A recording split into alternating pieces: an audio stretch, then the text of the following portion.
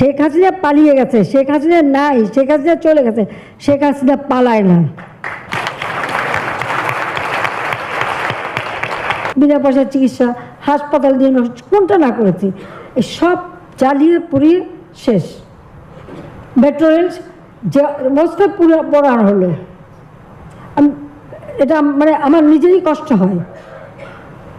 প্রত্যেকটা কাজ সময়ের আগে শেষ করে আপনাদের চলাচলের সুবিধা, ব্যবসা বাণিজ্যের সুবিধা, সেগুলো আমরা করে দিয়েছি।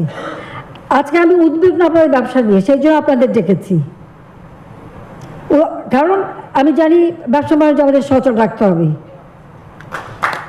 এবং ব্যবসা বাণিজ্য সচল রাখতে হবে বলেই, ব্যবসা বাণিজ্য সচল রাখতে হবে বলেই কিন্তু আমি আপনাদেরকে ডেকেছি।